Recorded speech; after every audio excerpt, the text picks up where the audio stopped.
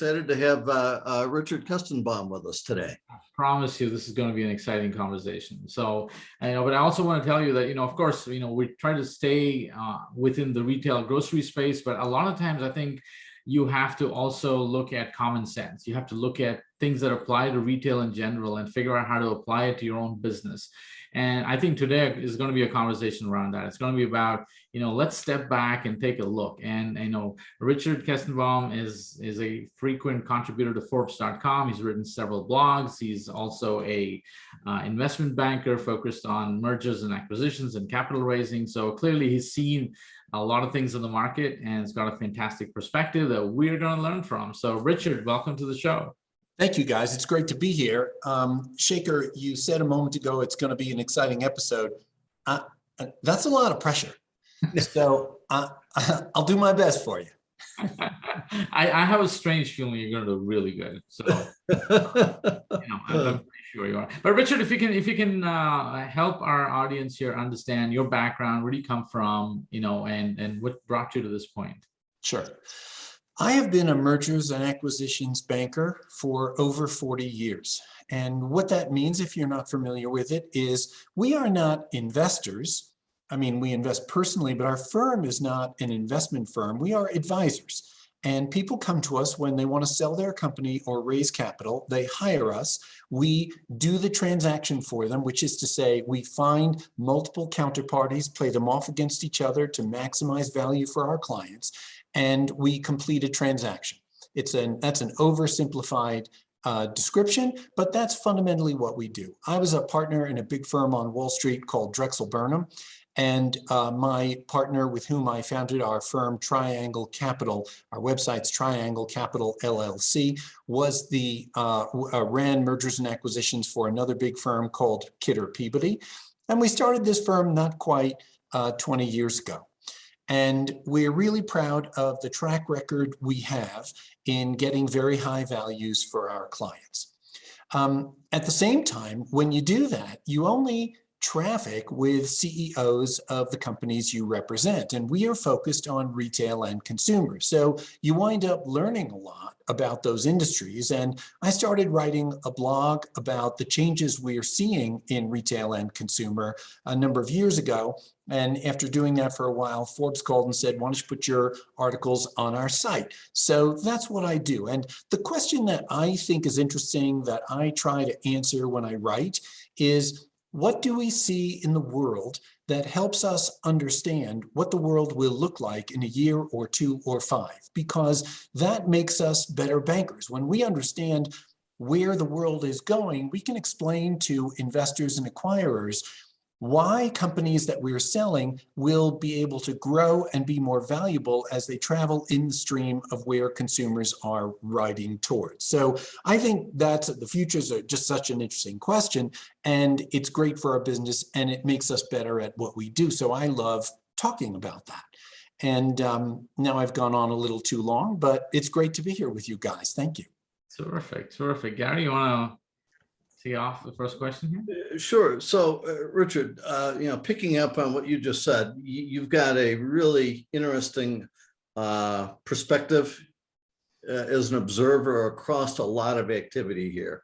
And, thinking of the past 18 months, the shift to online, particularly in the grocery industry, a lot of implications from that. And, we're still right in the middle of this, and there's a lot more change that's coming.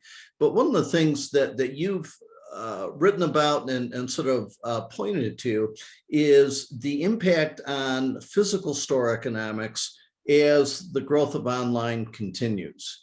If you would, let's unpack that a little bit for our audience, because my perspective, and I talk to retailers of all sizes across the country, every day. I don't think a lot of them, most of them, have really stopped to think about some of the implications here. Yeah.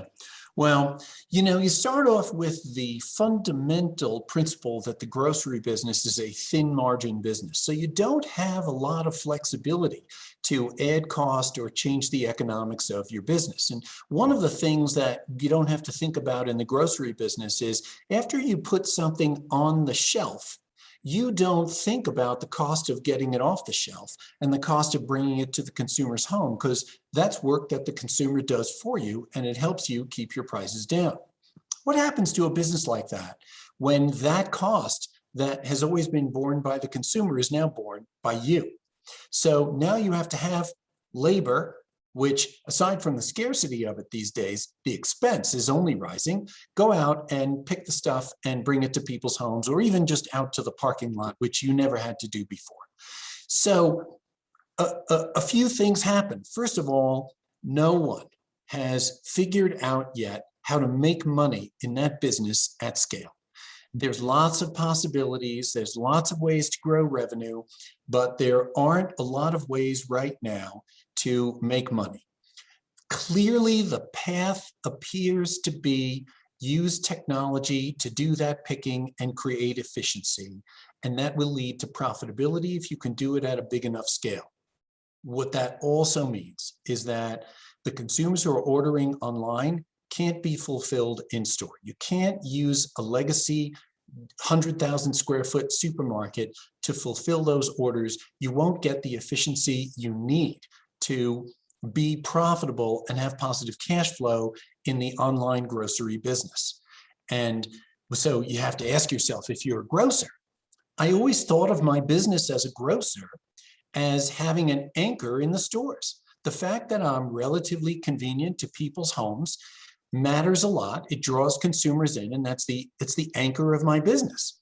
Well, when the consumers stop coming into the store, that anchor becomes a ball and chain, because in a thin margin business, when you don't get the scale that you traditionally had, the economics of the store start going upside down because you don't create enough revenue to cover the cost of keeping the store. And that means we're going to need fewer supermarkets, fewer traditional supermarkets. And the industry is not dealing with that. We're going to see mega mergers and closed stores. And yes, some of them can be converted to dark stores that'll be used for fulfillment. Some of them would be used for micro fulfillment, but a lot of them won't be able to be. And we're going to see stores in more convenient places, perhaps malls. We're starting to see it. And we're going to see a lot of change. That's the, those 100,000 square foot stores are the base of the industry since the growth of the suburbs at the end of World War II. And now we're seeing a major change about to take place. So the economics of the business are changing. The survivors in the industry are going to be the very big grocers who have the scale to experiment and install the technology that will make home delivery more efficient and remain competitive. And there's going to be a lot of failure. And if you don't accept testing and failure as part of the road to success, then you're not going to make it. And it's going to be a very different ride. I went to grocery shop, the last grocery shop before the pandemic. And every time I sat in a group, I asked whoever I was with, do you think that the top 5 grocers will be the top 5 grocers in 10 years from now? Almost no one said yes. Everyone believes that we're going to see fragmentation, we're going to see upstarts, we're going to see change. One of Amazon's amazing strengths is their willingness to put real money into experimentation, to fail, to learn, and to move on to the next thing. And I must say, I have to hand it to Walmart, because Walmart has put a lot of money into trying new things in grocery in order to maintain their position. And they've done a good job in serving consumers and keeping them in the store, or, as customers in grocery. And it's going to take that. What will happen will Kroger be in their position as the leading independent grocer in 10 years from now? It's going to depend on how they adapt to online, because if they can't adapt, then they're going to have to close stores. And you're not a leader. You can't get to profitability by closing stores. That's not how you make a lot of money. Right. Yeah. So that's a long answer, but No, Gary, keep going. it kind of sets the stage for the turmoil that we're going to see. Oh, absolutely. I mean, anyone in grocery retail understands that thin line that's driven by sales volume, right? Between, great cash flow or you're losing a pile of money real quick. And I think that a lot of traditional retailers, again, from small to some of the very largest, haven't really thought through some of the implications here. That, today, nearly all retailers continue to fulfill online orders out of the existing stores. So those dollars are still coming out of that physical store and being credited back to that physical store. But as volume continues to grow, and to your point, retailers look to technology, micro-fulfillment centers, automated distribution centers like Ocado, et cetera, those dollars are now going to shift away from that physical store. And if 20% of that sales volume goes away, that store, most stores are going to go from profitable to serious loss makers pretty quickly. Let's talk about some other changes that are going to happen simultaneously that we've never seen. Because even when we talk about online grocery, we still think about that weekly shopping trip that your mom made. And we don't think about how it might be done in different ways. For example, a great deal of the stuff that's sold in grocery stores today is made by large CPG companies. Those companies do not know how to sell direct to consumer because it's not their business. Yeah. But once a consumer is buying no longer from the store, they're going to be asking themselves now, how do I get direct to my consumer? Now that the consumer is making their decision on a screen, be it mobile or laptop, desktop, whatever, I want to be on that screen. Why shouldn't I be? And if I don't do it, someone else is going to do it. Now, some of these products have a lot of problems with shipping because of the cube or the weight, right? If you have a giant box of Cheerios or a 12-pack of Coca-Cola, those things are not so well suited to shipping. So they make sense for aggregation. But there's another element we've seen that doesn't exist in grocery today, which is subscription. So you know that you're going to be ordering breakfast food, condiments, supplies on a regular schedule. And if you could have it come automatically, being able to be adjusted with a touch on your phone, there's no reason why you wouldn't want that convenience. So it's possible when you think about the supermarket as having two components, for example, of core and periphery, where core are those basics, ketchup, mustard, salt, breakfast cereal that you buy all the time in a package. Those products are very well suited to being subscription products on their own cadence. So a subscription business that specializes in those core products is an opportunity in the grocery business, and both the selling direct to consumer, the subscription business, and those core products are all possible to completely leave the purview of the existing large grocery companies over the next 10 years. And that means their business overall may shrink, both online and in the store. And there's nobody preparing for that. So the amount of upheaval that is possible in the grocery business now is so broad that we can't even imagine what the grocery business is going to be like in 10 years from now. And 10 years is just, I'm an old guy. 10 years is not a long time. No, that's right. Right. No, this is fascinating because I think, we've discussed this many times, is that, e-commerce is taking off, and we realize that it's a fast growing segment of grocery retail, and it's both a blessing and a curse, because the blessing is now your store has a wider reach because you're not limited by where your shopper lives in terms of who you can reach. But the curse is that it adds cost to you and makes it a big challenge to make this profitable. Right. But let's talk about the experiential side of things, which is if you have pickers in your store picking up products in the way of other customers, that's also actually going to impact your in-store experience for your shoppers. So you're losing both ways. You're losing money on the delivery and the picking, and you're losing and you're basically reducing or minimizing the experience in the in-store for the shoppers who do like to shop in-store, right? So in my experience, every year, there's a different answer to the question, what is the biggest opportunity in retail? Sometimes it's grocery. Sometimes it's shirts. Sometimes it's some other thing. It's always been a product. But if you ask me right now, what's the biggest opportunity in retail? Because retail is ever changing since it's right next to the consumer. They're always changing. There's always an opportunity. That opportunity is retail technology. And that is different because retail technology takes a different state of mind to understand than potatoes or pants or socks.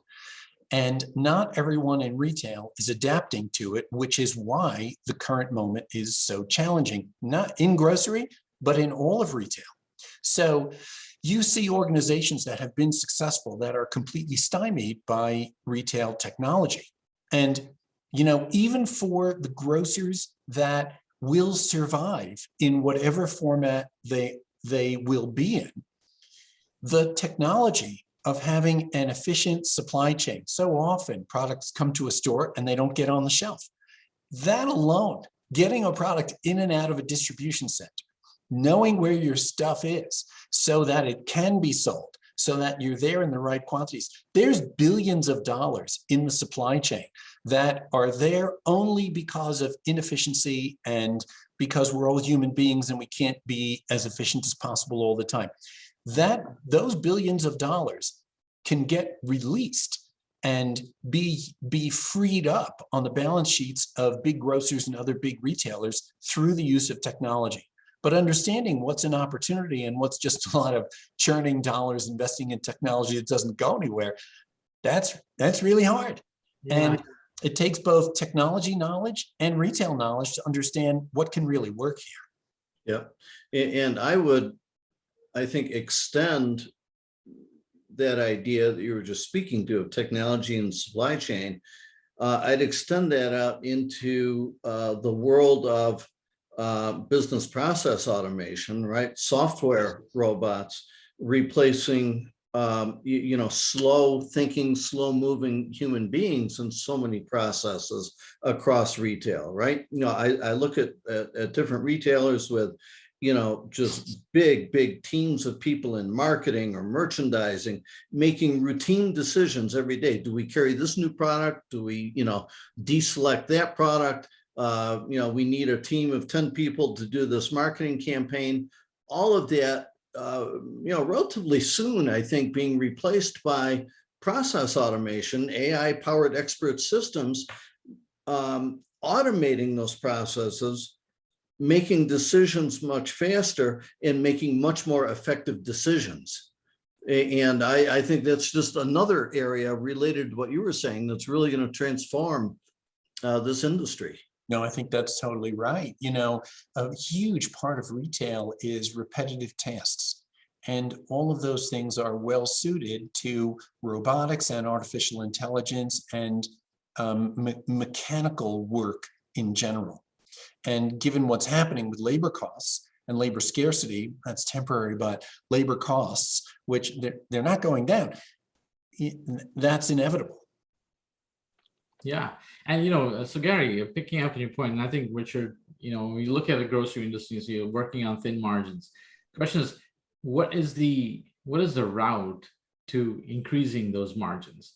The only way I can, one of the ways that I can see it is obviously improving and making operations more efficient so that you can add to the top line margin by reducing your operational costs. And the only answer I see in operational costs is getting smarter about it, using technology like you said, Richard, whether it's in the customer facing front end piece or the back end supply chain piece or the internal operations of, we have 20 people trying to figure out what the weekly ad is for the next 3 months and working with CPGs to get these deals that get keyed in. There's this whole machinery at work that's just filled with a lot of inefficiencies on basically a system that there's no actual metrics on guarantee of success on those systems. And people have been doing that just because this is the way things have been done. And you see it in retail, and you see it in a lot of industries where people are more resistant to change simply because they don't know what they will do if they change it. And it's a fear of there's a saying that, a lot of supermarketers don't want to be the first, they don't want to be the last. Right? Right. Yeah, a CEO was just saying to me earlier today, retailers all want to be second. They want to see, nobody wants to be the first person to take a chance on technology, but after they see it work, they all want to do it and they want to be number two. And that makes complete sense because why? It's much less risky to do that. And an important part of retail, especially over the last 20 years, has been about reducing risk. But I also want to talk, you're absolutely right, Shekar, about success being about creating efficiency. But there's another end to it, which is it's a little less applicable to grocery than it is to other parts of retail. But, consumers are smart and people generally are smart about their own money. So they know when they're paying the commodity price and they know when they're paying more than the commodity price. And you ask yourself, why would a consumer ever pay more than a commodity price? And, it used to be a key reason for that is status. But status is a lot less important now, and it gets less important every day. And what becomes more important is personal values, like sustainability we hear so much about, and that's sustainability is sustainable. Sustainability as a value is here to stay. And the environment and how people are treated and the wage that they get and where things come from and the healthfulness of it and all the things that are personal values that are shared more and more in society. And if you can convince a consumer that you are authentically adding to those values, or you are espousing and acting on those values, they will pay more. And not only will they pay more, they'll tell their friends. So if you can get them to identify with your value system, you can get them to come into your store. And one of the questions that fascinates me right now is, what is a store? A store used to be, and this is particularly relevant for grocery, because a store used to be a place where there's stuff. And if you wanted stuff, you had to come to the store because there was no other way to buy it. Well, now you don't have to come into the store. So why do we have stores? Part of it is there's some stuff you want to see, some stuff you want to touch and feel, and that's a good reason. But we're discovering more and more that there's less and less of that in the world, and more things are becoming more suitable in the eyes of more people to be bought online without seeing and touching it. But identity, events, experience, discovery, those are all great reasons to come to a store. So in the grocery business, the successful grocers discovered a long time ago that in that structure of core and periphery really brings consumers into the store because they find new baked goods, new freshly made goods, all kinds of products that are you're much more able to experience in person than in the store. And they really don't need to come into the store for the core products, which is why they're susceptible to subscription and direct-to-consumer marketing from the store. So, we've seen the rare supermarket that's able to really capitalize on consumer experience in store and discovery and all those great things. And there's going to be more merchandising in the grocery business and in all of retail in the future. And those are the stores that can survive because they can get consumers to come in, to buy a lot more than they expected, be happy about it, and pay more. And that's an important aspect of the future of stores that until recently didn't really matter in the grocery business. Yeah, Brilliant. I completely agree. The days of utility shopping are gone, right? If I just need replenishment of dog food, paper goods, etc., it's far easier just to order online, have it show up at the door. There's I think grocery retail does have a great opportunity to provide either that experience and education, together to get people into the physical store. But, that's been true for a long time. And yet we still see very few retailers that are truly able to, capitalize on that kind of idea, right? Like a Wegmans, an HEB central markets, a handful of independents around the country.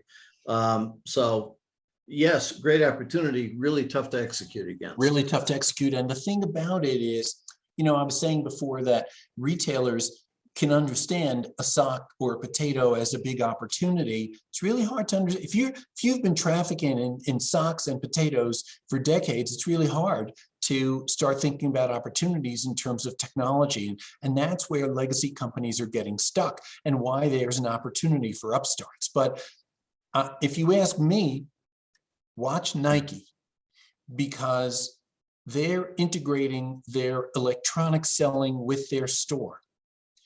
And that's really interesting. We hear a lot about omni-channel. I don't get omni-channel. We shouldn't be talking about channels at all. It's not about channels. It's about selling stuff wherever you do it. And Nike gets that. And so you can buy their stuff on their app. You can buy their stuff in their store. You can buy their stuff on their app in their store, and you can use the app to shop. You can say, well, bring me a size 9, and someone shows up with a size 9. And that's where the world is going. And yeah. Totally. In fact, I heard something really interesting the other day about loyalty. It said there's 2 types of loyalty. One is true loyalty. This is where the customers are willing to stay to get your service, which is like an Amex used to be, right? You had to pay, there was a membership fee, and you paid the $99 gladly because the value that you derived of being an Amex member was greater than $99 that you paid. And then there's the retention loyalty, where the business is paying you to stay loyal to them. And I think, when you think about the Amazon Prime example, where people are actually paying to be a loyalty member of Amazon, they've obviously got some part of that formula right, because they've realized, how do I create more value than I'm charging my customer? Yep. They are willing to pay that amount just to be a loyalty member. And it would be unheard of for a supermarket to say, okay, you got to pay me $50 to get my card, right? And because I think they program people into this retention loyalty model, where you always feel you're going to get a deal, and the deal is why you stay loyal. And well, that is the amazing thing about Costco, because they do get you to pay just for the privilege of giving them money. And exactly. That's amazing. We all go to websites, and if you go to a website for the first time, often the first thing that happens is a splash box that shows, give us your email, we'll give you 15% off or whatever. Right. And I see that, and I ask myself, if they don't believe in their price, why should I believe in their price? The first message they say to me is, our product's not worth the price we're asking. What a bad introduction. Right. And if you want loyalty, you don't want the customers who only care about the 15 off. You want the customers who care about the object. So I think, and when I ask this question of managers and CEOs, they all tell me, but we find the economics are, we get a return on that from the customer. Yeah, but you're sending the wrong message. You're not getting the right customers. The right customers are the ones who value your brand. So give us your email address, totally get that. That has real economic value. But the email addresses you really want are the people to whom your brand has value, not the ones who shop only when there's 40 off. Yes.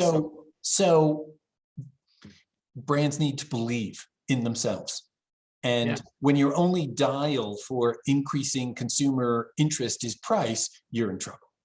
Right. No, I think wise words, because, of course, it's easier said than done, because some of this thinking is so deeply ingrained in the people in the industry that while they may intellectually understand, comprehend, and even agree with this, the process of changing the machinery of how it's been set up is not an easy task. And obviously, that's why it's set up ripe for disruption, because where you're going to have new companies come in, change the model on you, where you don't have a choice but to flip a switch and say, all right, time's up, we got to change the game here. I'm loving this conversation, Gary. And I'm sure there's a lot of people who are listening who feel that, oh my God, I thought this was a retail perch friendly to the grocery industry. And, this seems like, we're upsetting the apple cart here. I think what we're really trying to do is make people stop and think about, what are we doing? Where the world's heading? And are there changes that we can start bringing into the organization to how we do business that makes it more focused around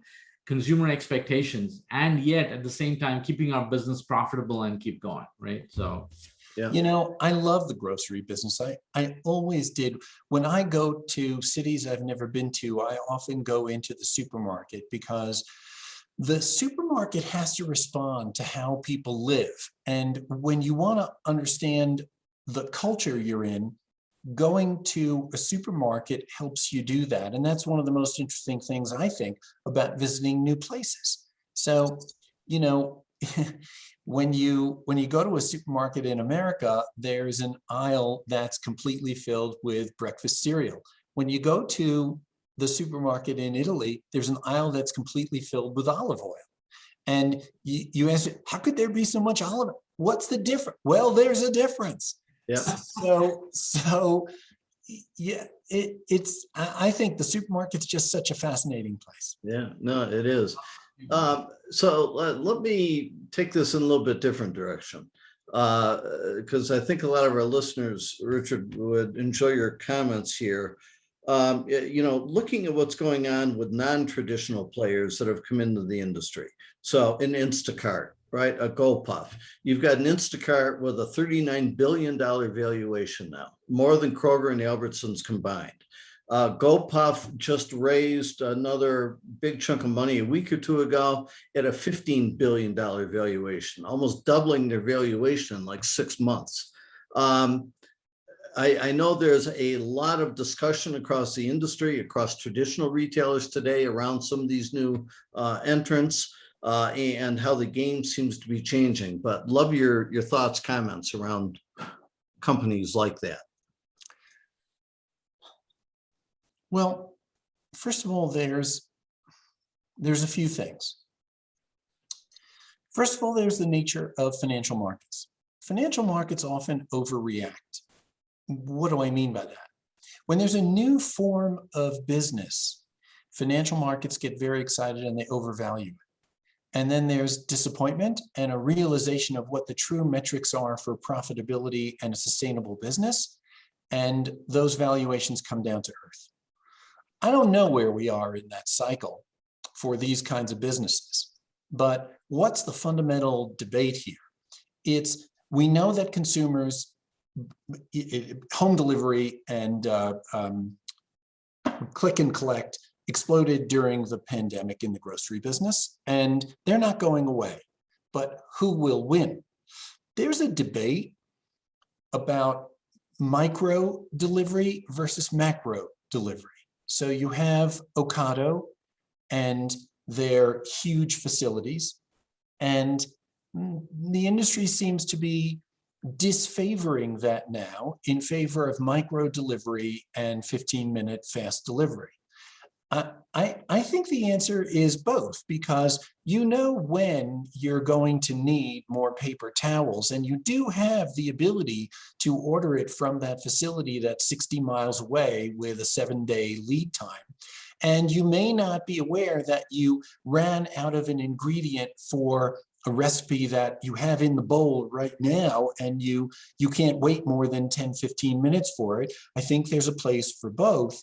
And you're willing to pay a price for that fast delivery that you're not willing to pay for the paper towels, toilet paper, etc., that you can afford. So there's a place for both. And I think a grocer that offers both can say, I'll give you this cheap price on this thing if you'll take it in 7 days, but I'll still sell it to you for a 15-minute delivery at this higher price. And I think that's something that we haven't really seen in the market yet, but that we will. And it is yet one more form of grocery that never existed before that we're going to see more of. So, and you know, you pile that on to the subscription and direct-to-consumer marketing, it is one more of the changes that we will see, or that we're likely to see in the grocery business that we haven't seen before, because we still think of it as the once or twice a week big grocery trip that is just going to get completely blown up. Because why shouldn't it? Why are we sticking to that same metaphor? It's just, you know, once consumers get it out of their heads that they don't have to do that once a week thing because they're not actually going to the store, then everything changes and the whole world is open. So there is a place for those delivery facilities, even if they are inefficient and expensive for consumers who want things right away and will pay.